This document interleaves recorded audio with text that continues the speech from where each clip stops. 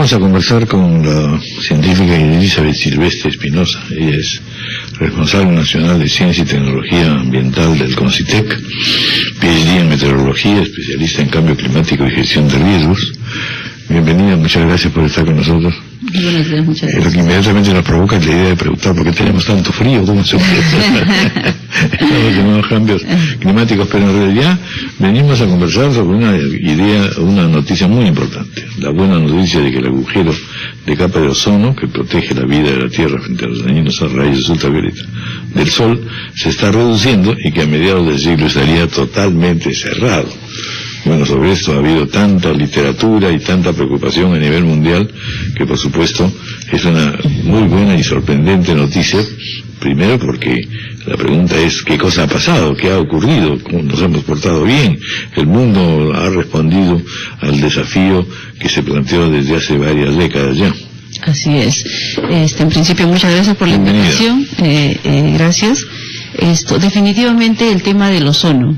Esto es un tema de escala mundial. Podemos decir que hay dos problemas grandes en el mundo, que es el tema de cambio climático y el tema del ozono. Cuando hablamos de ozono, técnicamente nos tenemos que referir al espectro electromagnético. Y ahí tenemos la energía proveniente del Sol expresada en tres formas. Una de ellas es la luz, la que nos provee la luz. La otra es la que se expresa en términos de temperaturas, aquellas porque sentimos frío y calor, es la parte de la energía del espectro solar, digamos, en onda larga. Y la otra parte de ese espectro es la radiación ultravioleta.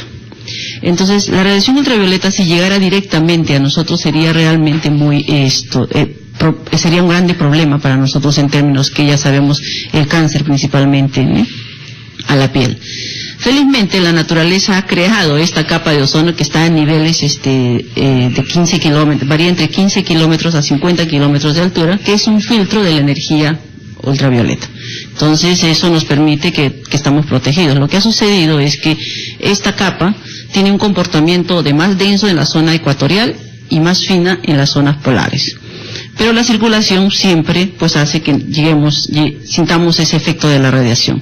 Y a través del tiempo esa capa ha ido adelgazándose más aún, y por eso se le llamaba el agujero de ozono. El año 80 se hizo una medición sobre cuál era la espesura y la disminución de la cantidad de ozono, y se detectó que, obviamente por reacciones químicas, los CFCs, que son los que desintegraban el ozono, que es una molécula de 3 oxígenos, en dos.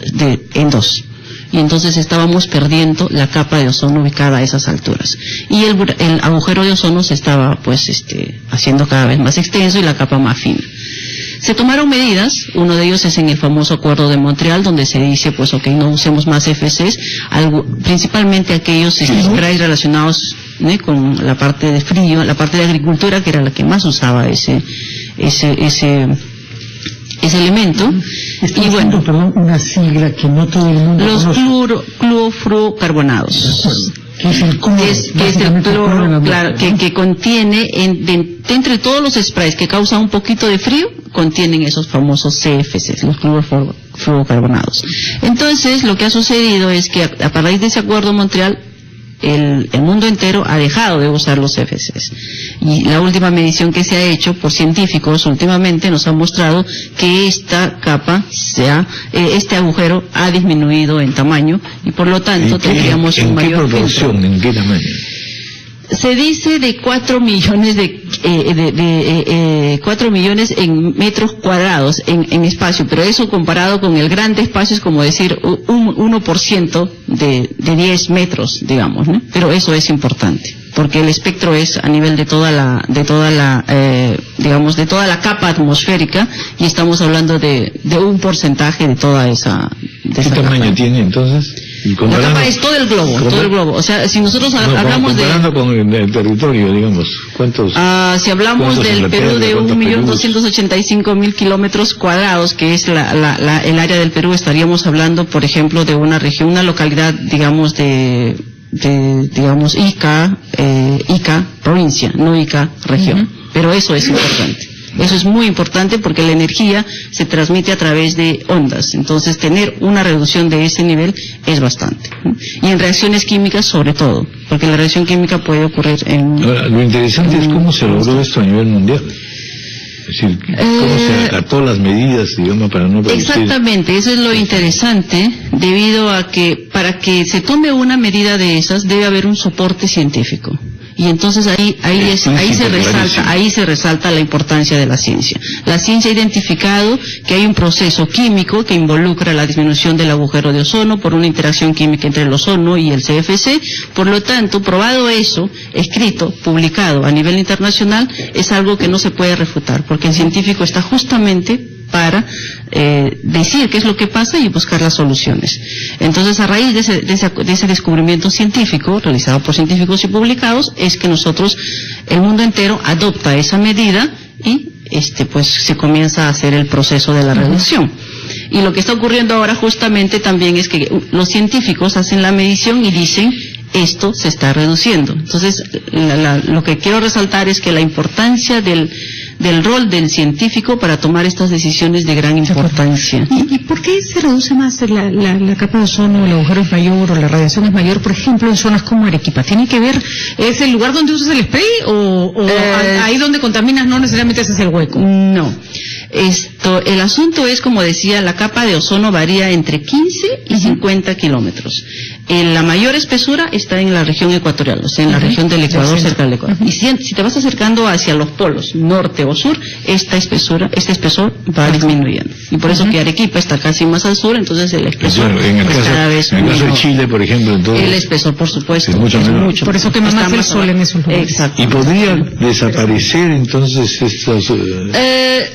Lo que pasa es que además de que nosotros podamos hacerlo desaparecer por los CFCs, hay un proceso natural de recuperación, por eso es que no está desapareciendo, pero sí es un peligro porque si esta capa se hace más delgada, la mayor incidencia de radiaciones ultravioleta llega a la superficie. Ese es el peligro. Ya es una buena noticia que se reduzca este agujero porque habrá menos cáncer a la piel, pero díganos, ¿tiene otras consecuencias sobre el cambio climático global, por ejemplo? A ver, hay dos cosas que debemos entender respecto al ozono, ¿no? Hay el ozono troposférico, que es aquel ozono que está cerca de nosotros, que ese es el ozono dañino, es aquel ozono de la contaminación atmosférica, es aquel ozono que ataca principalmente a las vías respiratorias, a los pulmones, y eso es producido, por ejemplo, conocemos bastante el smog del ozono. Eso es muy perjudicial, por ejemplo, para la vista, que muchos creemos que al mediodía cuando vemos la luz o el sol nos incomoda los ojos, nos irrita. Eso es contaminación de ozono. Ese es el ozono dañino.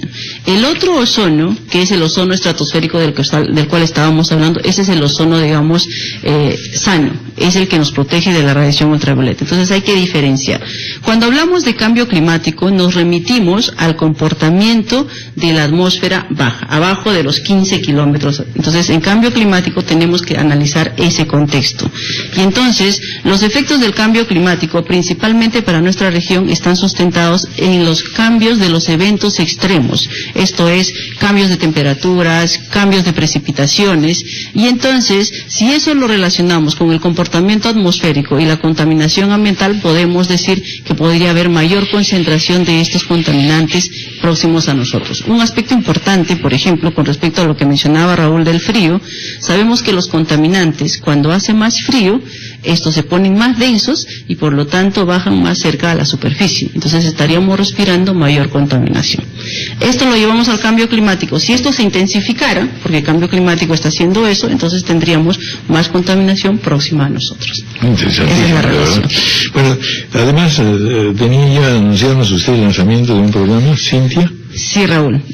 Quería yo anunciarles que el CONCITEC, bajo su liderazgo de ser interlocutor de ciencia y tecnología, ha establecido sistematizar, organizar y generar documentos estratégicos para la gestión de la ciencia y la tecnología, en este caso de la temática ambiental, de la cual yo soy responsable, y se ha elaborado el documento de que es el Programa Nacional de Ciencia y Tecnología Ambiental. En este documento se están mencionando las prioridades nacionales en investigación científica para atender a los desafíos en la temática ambiental. Estas 4 áreas temáticas son cambio climático y variabilidad climática, definitivamente importante. Tenemos el 70% de los glaciares tropicales del mundo en nuestro país, que están exactamente, de las cuales muchos dependemos de recursos hídricos. Si nos vamos, por ejemplo, acá muy cerca, a Huancayo, tenemos al glaciar Huaytapallana, y los escenarios nos dicen que al 2050 los glaciares a altura de 5.000 metros irían a desaparecer. Pensamos en Huancayo, que es una ciudad que depende directamente del agua que proviene de los glaciares en época de secano. Son trabajos, digamos, investigaciones de larga data para su resolución. Definitivamente. Necesitamos, en este documento estamos diciendo que cambio climático no se remite solamente a 40 años de información, porque definitivamente no lo es, sino información que tiene que provenir inclusive de muchas décadas, y para eso estamos incluyendo el tema de la paleoclimatología. Necesitamos entender series largas de información para poder entender y decir algo como que lo del ozono nos afecta, y decir algo como qué nos afecta, cuál es el impacto en cambio climático, y gestionar. Eso decimos en este documento. El otro tema importante es el tema de la calidad ambiental, focalizado en tema de residuos sólidos, líquidos y gaseosos. Estamos diciendo, por ejemplo, tenemos estándares de calidad ambiental en el Perú, pero no son sustentados con resultados científicos en nuestra región. Tenemos una región altamente topográfica, mega diverso, etcétera, pero los estudios científicos no han hecho que tengamos esos estándares, sino usamos estándares internacionales. Este documento dice, usemos los estándares nacionales, y para eso promovamos el desarrollo de una investigación que sustente estos estándares en el tema de calidad. El otro tema es el tema de ecosistemas y recursos naturales. Definitivamente tenemos muchas áreas naturales que están siendo degradadas, están siendo perdidas, y hay que establecer sistemas de recuperación. Basadas en métodos científicos, estos sistemas de recuperación pueden ser replicados. Y como lo hemos visto lo del ozono, si algo lees que es hecho por un científico, simplemente lo adoptas, y eso es lo que buscamos en este documento. Lo que se necesita, sin duda, por todo lo que usted nos viene diciendo, es una campaña mucho más extensa, que todos los legos puedan más o menos enterarse de en qué estamos. Así es.